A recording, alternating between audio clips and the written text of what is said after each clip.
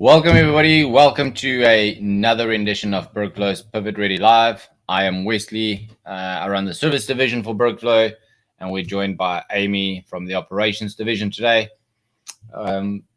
We've actually had some really interesting conversations the last week. Some of you guys that are listening are reaching out to us, so we always love hearing from you guys. So if you haven't noticed, we have these conversations every week. Amy and I and some of the guests that we interview, we always unpack what are some of the things that business owners, business leaders are facing. A lot of confusion that we came across around, what are the different divisions of my company? How do I structure them? How do I measure them? How do I label them? We've done a couple of conversations on those. And then today we're actually going to talk a little bit about KPIs. Why KPIs? What are KPIs? And how to look at them and use them to the benefit of your company. So last week, I think we started a little bit on this and we got a little sidetracked around performance specifically in the team or a team member performance and success indicators. And again, like we'll probably throughout this conversation, success indicators, performance indicators, it's all kind of interchangeable as far as the word goes. So a couple of things, Wesley, let's start at the simplest point around what kind of cadence do you build in your company around looking at key performance indicators? All right. So just back step for 1 second. For those who don't know, a key performance indicator is something that tells you, one, how successful people are doing what they're supposed to be doing, and two, how successful a system is running in your business. Those are the two things that a KPI will tell you. It's not a profit and loss statement. It's not your budget. Your budget's not a KPI. Your cash flow statement's not a KPI. KPIs are specifically designed for two reasons. One, to measure something over the short period so that you can see where you're stuck and come up with a solution, or it tells you in the long run, are you making progress towards a goal?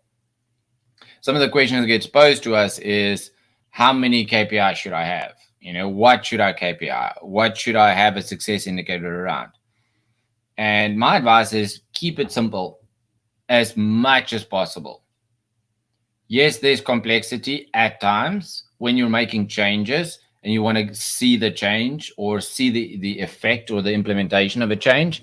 You can put a KPI together, but KPIs are for the company, they're for a division, and they're for people within divisions. So really, as a KPI, like when you're talking about the number of KPIs you have, the better question is how many KPIs are reported to me, or how many KPIs do I report up?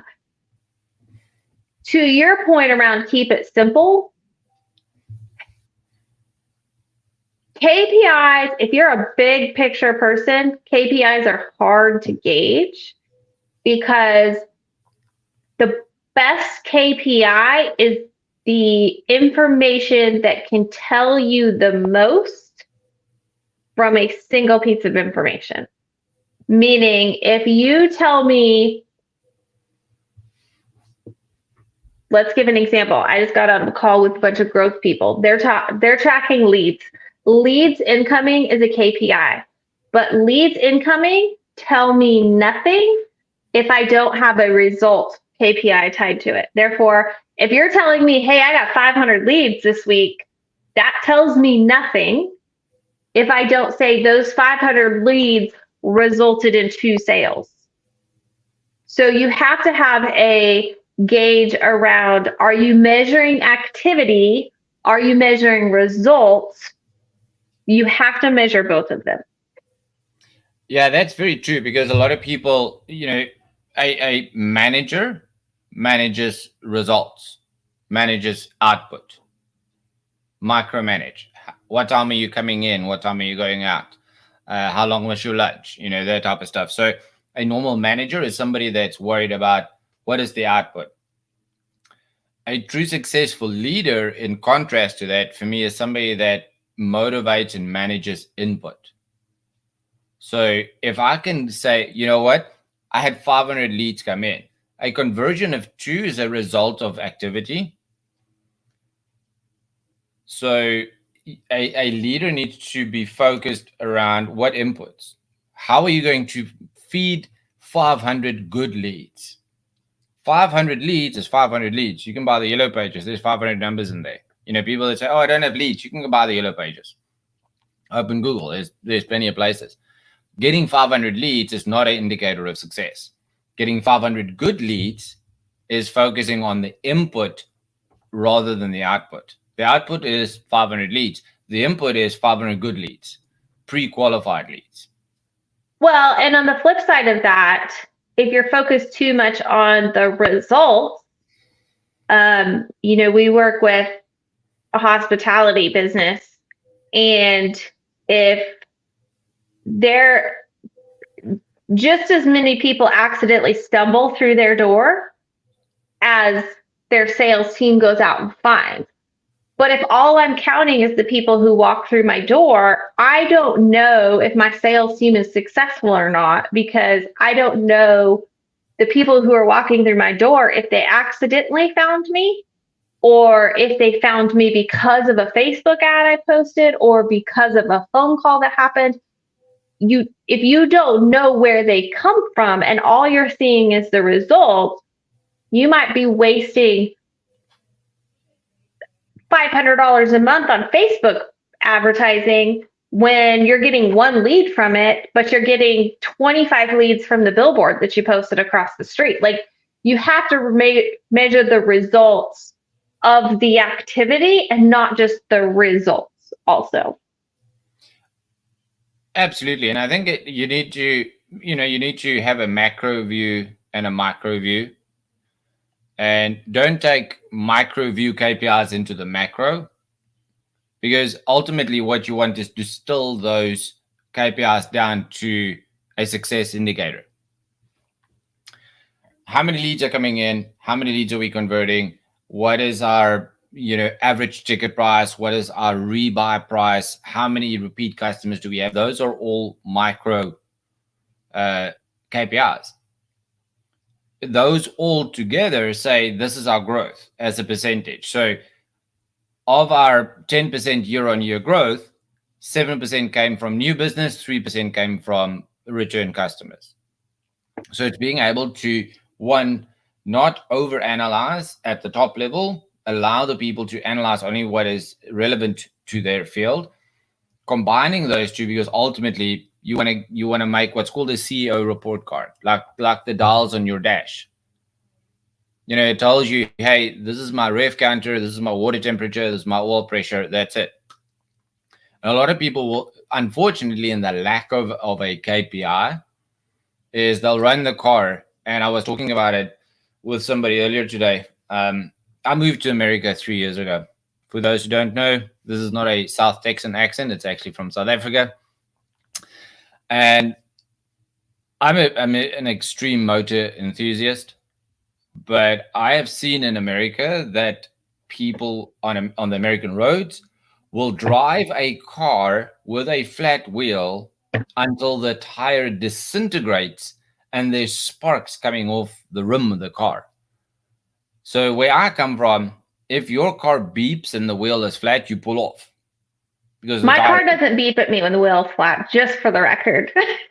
Well, when the steering wheel starts doing this, maybe it's a good indication. And I've seen people drive till that wheel is completely off. So for me, it's an indication of leadership versus management. I just need to manage this wheel for as long as I can. But leadership is, what? I need to slow down, change the tire, because my objective is not to get 10 miles down the road until the tire disintegrates. I actually have 100-mile stretch that I need to cover. And that's, for me, where KPIs starts becoming, valuable, is some things you need to say, okay, I need to stop and pull over. But, if my car says your window washer fluid is low. I'm not going to pull over and say, oh my gosh, I need to refill the reservoir of my window washer because I cannot drive. So some things requires attention right now. It's broken. And some things require, you know what? The next time I'm at a gas station or the next time I remember, I'm going to top up my window washer fluid. Well, and I think that is, you're right, and you're managing versus leading. It's also, if it's a problem to be managed, it's probably not something that's showing up in your KPIs. Now, I would venture to say rarer circumstances, maybe you need to address that. But your KPIs are they're a reactive reporting for a proactive planning. So your KPIs are telling you what happened last month, but also the trend month over month over month is telling you activity in versus output out. Therefore, you can look at your KPIs and plan into the future. Servicing, growth, when's going to be our slow time? When's going to be our heavy time? All of those things, you're gauging all of those decisions. But if you're a CEO, that is the information you're making decisions off of. Just like you're making decisions off of your P&L, just like you're making decisions off of a budget, you're making decisions based off of your KPIs. How am I projecting into the future as well? Yeah, and I mean, you touched on something that's very true. So a KPI, is how many referrals do we get? How many clients contacts do we get? 500. The KPI of how's your quarter performing is also an indicator of, okay, what do we need to do next quarter? And it's not, oh, we need to do it better. Is what I failed in this quarter actually gets added to next quarter, because I'm still in pursuit of a goal. So that's why being able to set a goal for the year, to say, I want $1 million revenue. And that means that I'm currently $500,000 a year in business. I need to add 175 every quarter. And if you only do 100 in Q1, the 75 carries over. You either split them over the next 3 quarters, or you add them to the next quarter's incentive or target. And it depends on, again, there's variable factors. You need to understand market, season, trends, all that type of stuff. But you can't just say, oh, we failed in this quarter, we're going to try again next quarter. And a lot of people, even when they do quarterly assessments on staking stock in their business, seeing how they're performing and stuff like that, at best, I'm hoping people do the quarterly one. And I've seen a lot of business, they only talk year to date. And they get to month 8 and 9 and 10, and they're like, hey, we're not going to make up forecasted $1 million this year because we're tracking 680 year to date. So we'll probably get to about 750. And by that statement, they're never going to get to 750 because they're not chasing a target. So numbers are the language of business. And effectively, that's what KPIs does. It gives you a report back. It gives you an indication of how successful are my systems, my processes, my pricing, my leads, the guys on site, going out to site. I had a conversation with somebody, that distributes chemicals. And a simple thing like a pre-inspection report, because they might go to site and deliver something, and it's like, okay, we delivered a drum of bleach. But if you make part of that process or that system to say, you know what, let's phone the client and say, hey, our driver's on the way. They're going to be there in an hour. By the way, do you need anything else? Oh, yes, I forgot to order blue bleach. I actually need blue bleach as well. Okay, cool. Let me see if the guy's still in the warehouse. I'll add that to it. So again, if you put little things in place, the point I'm getting is a lot of times we're experiencing negative input here, but the results will show up here. And then where the results show up is where we try and fix it. And you have to go back to the trigger that we failed to upsell before the time. That's why, or potentially we have to go back tomorrow because the client then realized, and then I have to do another delivery tomorrow. So at the cost of a phone call, I mean, what does it cost you? $1, $2, $5, whatever it costs you to make a phone call before the delivery. One, you're not spending diesel on another delivery. It doesn't have to go into your delivery schedule, anything like that. So instilling a little thing like saying, and again, talking about KPIs, how many pre-delivery phone calls did we make in the last week? How many upsells did we get from those pre-deliveries? How many incorrect or incomplete deliveries did we prevent? And if you set the ratio to say, oh, you know what, when we get to about, for argument's sake, 80% success rate or 90% success rate, then we feel, okay, the system is working. There's some little things to fix.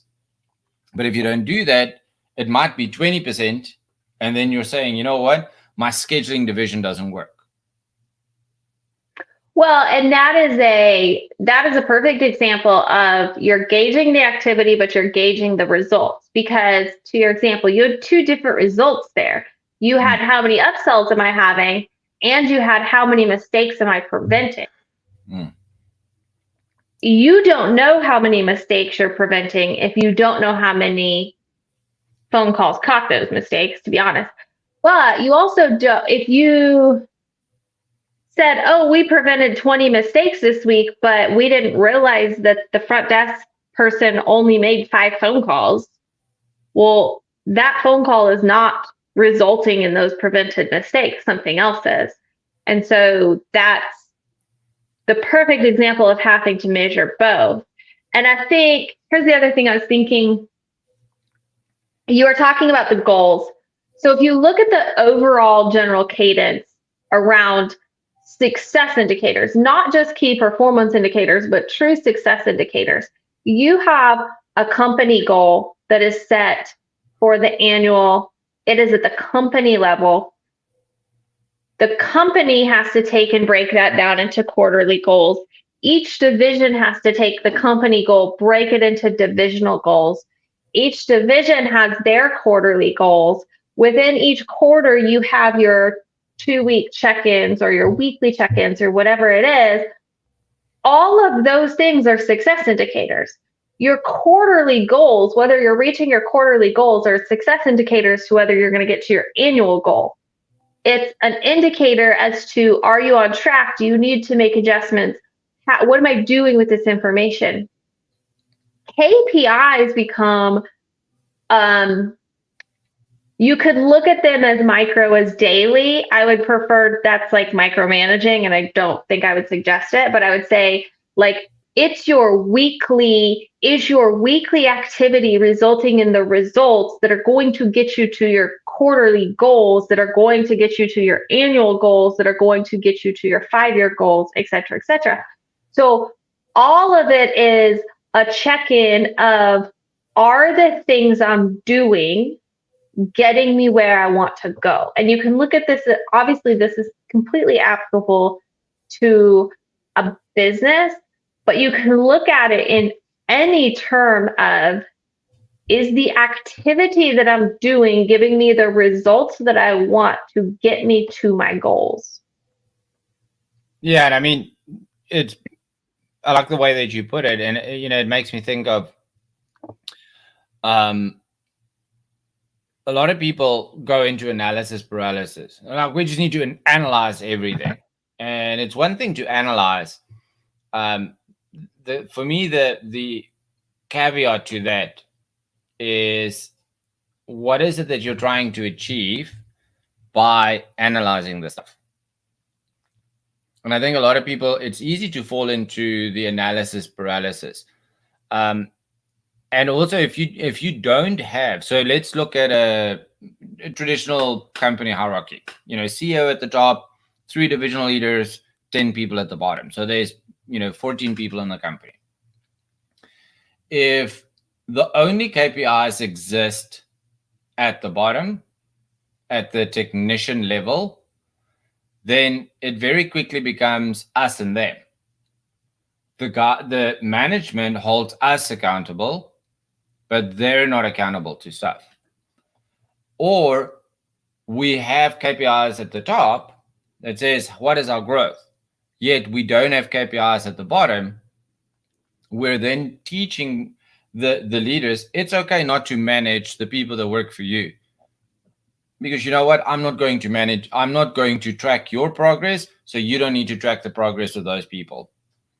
And what you focus on expands.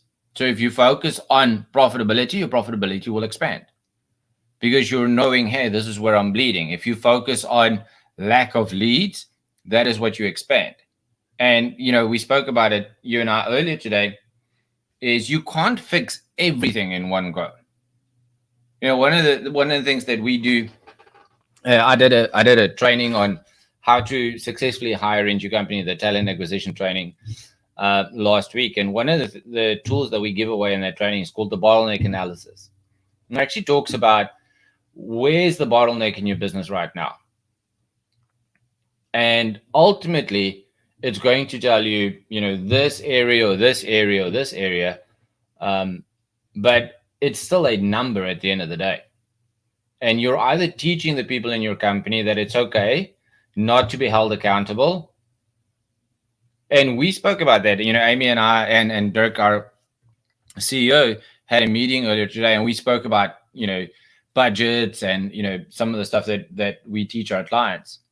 And one of the things that I said is, it's all good and well that we have the perfect budget. Is how do we report? What information do we need to report? Because we can have the perfect budget and don't know how to look at it. We can have the perfect budget and not know what is the budget telling us. Where are we bleeding? Where are we succeeding? Where do we need to focus on? And that's easy because you're talking about currency, it's numbers. And for me, KPIs is the numbers of the business. On average, how many windows does this person clean? Or, how much time do they spend in the truck driving? Yes, because I have a scheduling challenge in my business, I'm only able to complete 2 jobs a day because out of the 8 hours, my guys spend 4 hours in the truck driving around. But I'm still paying them an hourly rate. So one of the things that I spoke about with the service leader is, instead of reporting, for argument's sake, on your availability in your schedule, Monday to Friday, have a conversation with the growth division and say, when do you guys see the biggest intake of new business? No, it happens on a Tuesday. So that means we can only do it later on. So then by simply adjusting your reporting schedule from Wednesday to Wednesday, instead of saying, we service Monday to Friday, that's fine. But our bulk of our growth happens in the beginning, in the middle of the week.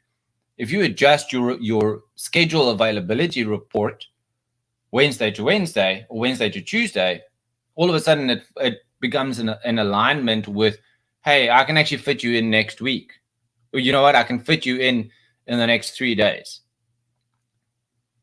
And again, it's about improving communication. And, to the topic of the conversation today is, what are the KPIs that are going to tell you that? Is, actually we take a bulk of new orders on a Tuesday, or Wednesday, all the property managers phone us, because they have their budget meetings on Tuesdays. Well, I think so. 2 things to what you're saying. I agree with you of basically somebody in some point in time decided Sunday was the first day of the week. No one has to function that way if you don't want to.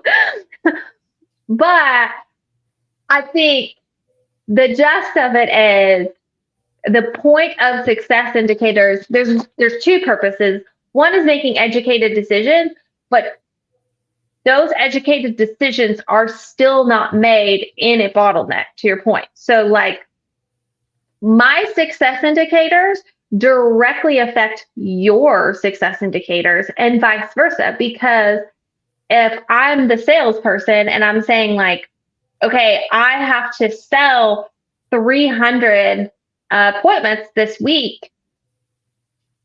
Wesley, for the service division, can you even service 300 appointments this week? If you don't have that conversation, you're going to set yourself up for a massive failure because you're going to start selling appointments that you can't actually even service.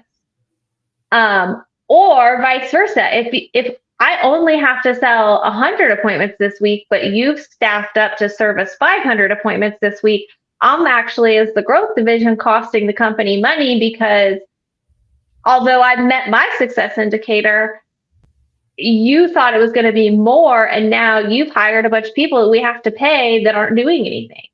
And so you have to have the communication that way. And I think the other thing is, whether it's lateral, up, or down, when it comes to leadership, you can't hold someone accountable if you don't tell them what your expectation is. If I don't have a clear expectation, I can't tell you you're failing because you might have your own expectation, and by your standards, you're succeeding. So until you can define a clear expectation, there will never be a level of accountability because it's all based off of feelings and emotions and personal judgment at that point in time. And so whatever those key performance or success indicators are, the reason we use the term success indicator in place of key performance indicators sometimes is because we talk about it more from a leadership perspective of,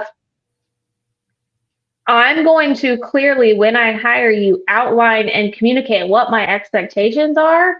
And then when we have one-on-ones, when we have ELT meetings, like whatever that meeting is, I can say, are you delivering? If you're not delivering, let's have a conversation about why. To your point, maybe it's a scheduling problem. Maybe your people in the field can give you a creative way to help you increase their productivity and save you money. Yeah. Maybe they don't understand why it's happening. There's a lot of conversations to be had to troubleshoot, but also there's a book called Radical Candor, and to steal the term, you can't have radical candor if you don't have something to measure it against. Yes. Absolutely. And that's the thing is, it indicates, so a KPI, your a success indicator it's how successful are you as a leader?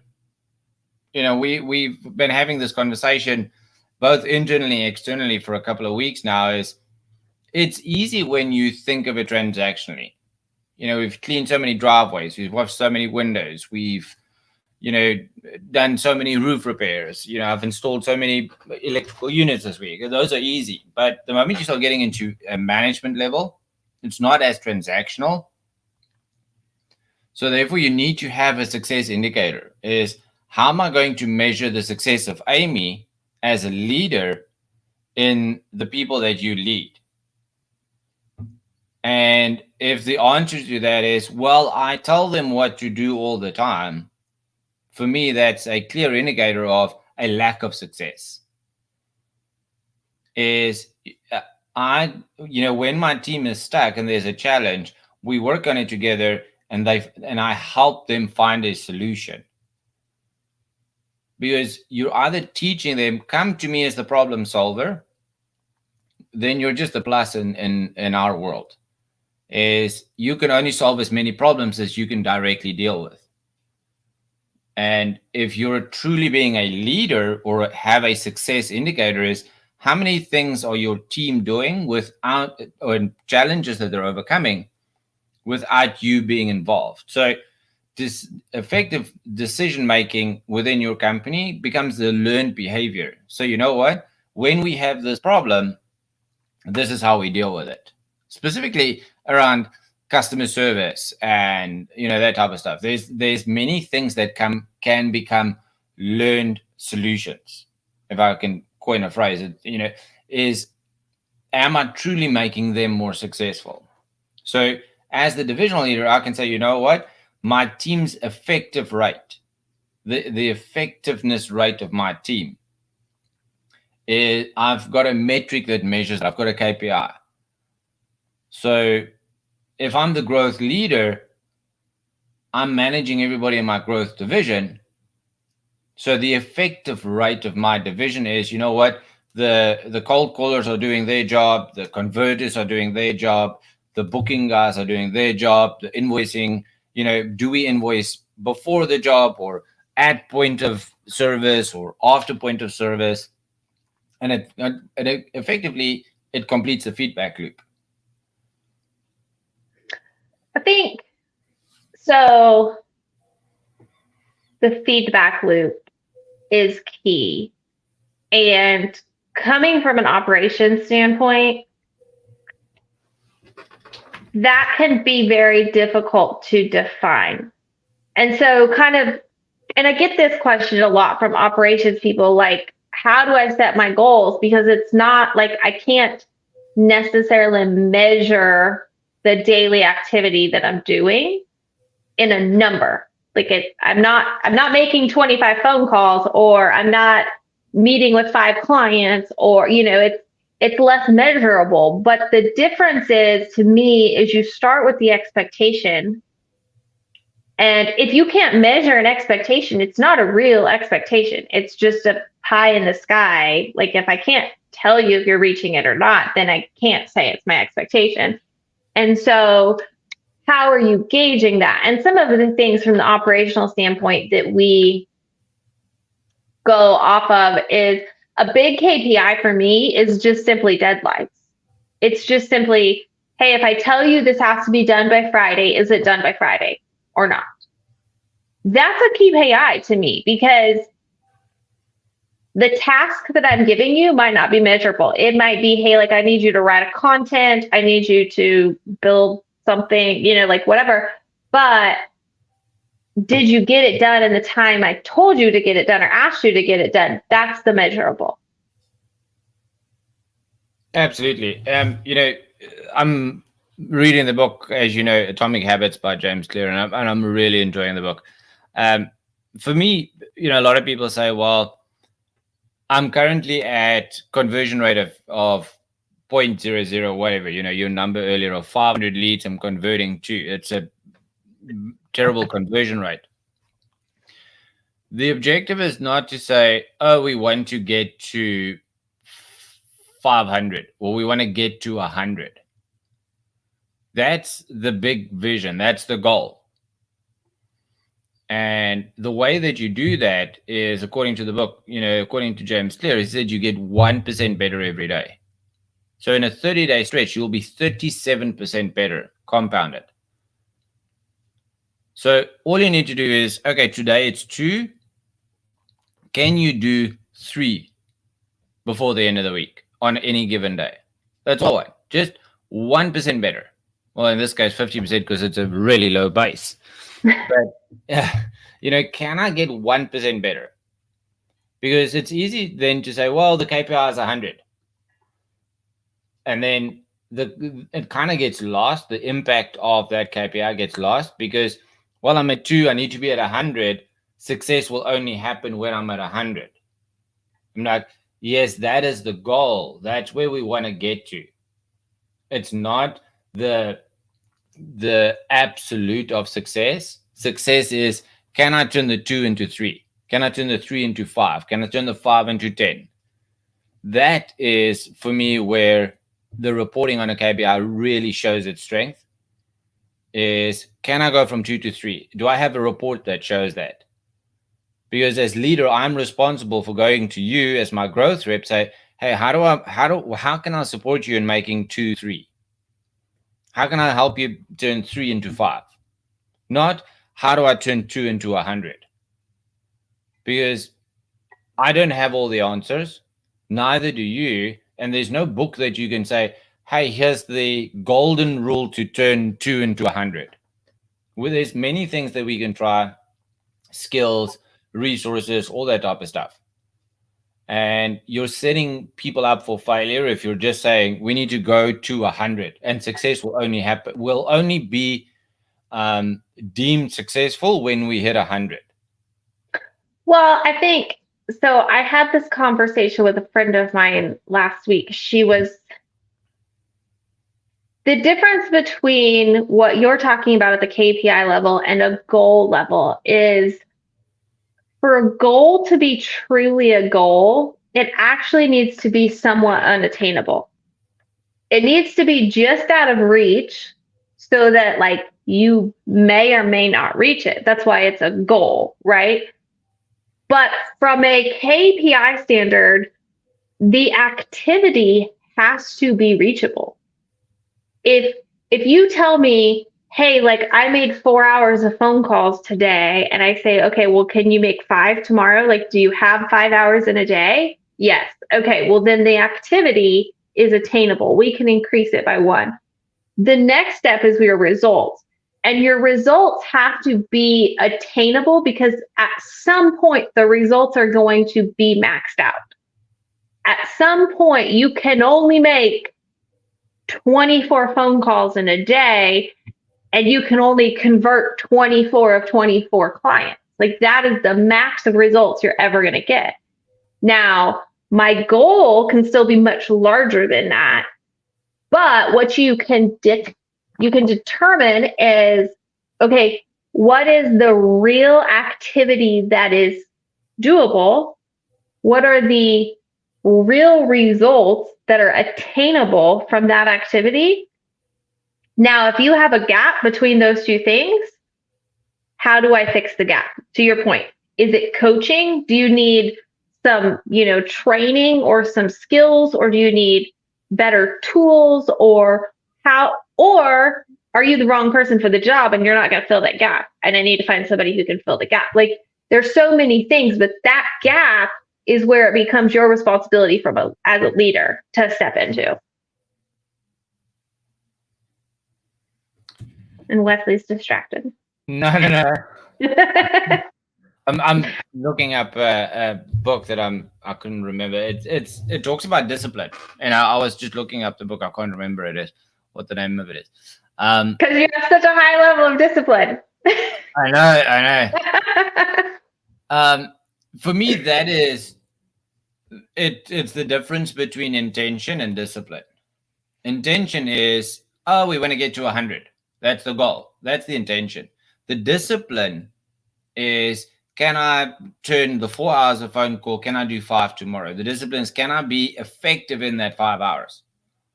So goals are great, and success indicators in the long run might or might not show that you're winning. But the true nuts and bolts of it is the discipline. And again, that's where, can I have a KPI that tells me I'm disciplined? Yes. I made 5 hours phone calls. So we've got a thing called 5 by 5, that we talk about often. And then if I've done that, how successfully am I converting? Not looking at increasing my capacity. Then you go back and say, okay, can I increase my ratio? Then you go back, can I increase my quality of leads coming in, because it'll increase my ratio, which will increase my effective rate. And the nice thing about running through that same report all the time is eventually it'll tell you at what point does this individual or this role cap out. And that then becomes, okay, once we hit this threshold, I need another person. I need another body. I need another system. Because it's very easy for me to say, you know what? In order for us to go from 2 to 100, we need 10 more salespeople, because you're fixing the outcome by saying, well, I'm not addressing the effective rate. So therefore, the KPI tells me 2 out of 50, maybe not a good rate. Just saying I need to get to 100, I can say, well, we just need to hire 5 more people. Or I can say, you know what, if I can turn 2 to 3, and eventually, per your example, 24, I'm maxing out at 24. Then I know, okay, when this person is converting 20 at a rate of 24, I can bring in another person. then I have a benchmark of success is 24. That's kind of where we peak at. Then every time somebody approaches 24, I can go to you as the operations person and say, hey, Amy, I need more money in my division to bring on another growth rep. I need another person. I need another body. I need another system. I need a divisional leader. I need them to go to a conference, whatever it is. Well, I also think if you know that threshold, you're reporting on it regularly, if you have really good key leaders, they're not telling you what activity they're doing every day. If you're not micromanaging, you don't know what your people are doing, and that's a good thing. But what can happen is like, hey, we have a huge event coming up. We have, a huge season coming up, like whatever it is. We just got off a call. We have a Christmas lights customer, and for the next 2 weeks, they're going to like double their capacity. Okay, well, what I as a leader can then judge is you reported off of your KPIs, whatever those KPIs are. Like, man, you've been going really hard for like 3 weeks now. One of two things is going to happen. Either you're going to slow down drastically or you're going to bottom out and burn out. And so I think I just read an article the other day where this term of burnout is becoming so common right now, but it goes back to the same thing as expectations is if you don't have anything to measure against, you don't have anything to check in on. If you're growth people, I mean, yeah, maybe 24 is the number that we're capping, like we know is cap, but also how much effort does it take to get to 24? Because if they're doing 24 week after week after week after week, are they going to burn out? Do I really need to expect 24? Or is that like, hey, that's where we cap out. Maybe the expectation is like 20. And then you can, maintain that for a long time. So there's so many variables when it comes to leadership. And again, like the performance indicators are simply just the measurement. The numbers are the language of business. Like you hear us say that all the time. Like if you don't have anything to measure it against, all you have to go off of is gut feelings and instincts and emotions and crazy things like that. So I'm gonna end on a soapbox moment. I've been saving my soapbox. Imagine that. I've saved my soapbox moment today. I didn't pitch it in the middle. But before I do that, one thing we do is we like having conversations with business owners, and we do that regularly. So you can have a conversation with me or anybody on my team. We call it a strat session, and what it is a free offer from us for an hour over Zoom, and we'll talk about what are some of the challenges you face in your business, where are you struggling, where are you stuck, where can we see some low-hanging fruits in your world. If you guys want to get a hold of us, you're welcome to reach us at contact@bergflow.com. Oh, I'm supposed to put that up. Yes. Hold on, my mouse is dead. So you can email us at contact@bergflow.com. And then it'll put you into our communication pipeline, and we'll get you scheduled, and you can get onto my or one of my team's schedule, and we'll gladly talk about some of the challenges that you're facing. Second thing is we've got a business planning clinic coming up in December, which is the launch of our next class of Pivot Ready team leaders. That class starts in January. It's a 12-month educational program where we teach people how to build successful teams around them. There's a famous military saying, if you want to go fast, go alone. If you want to go further, go together. And our key philosophy is the companies with the best teams will win.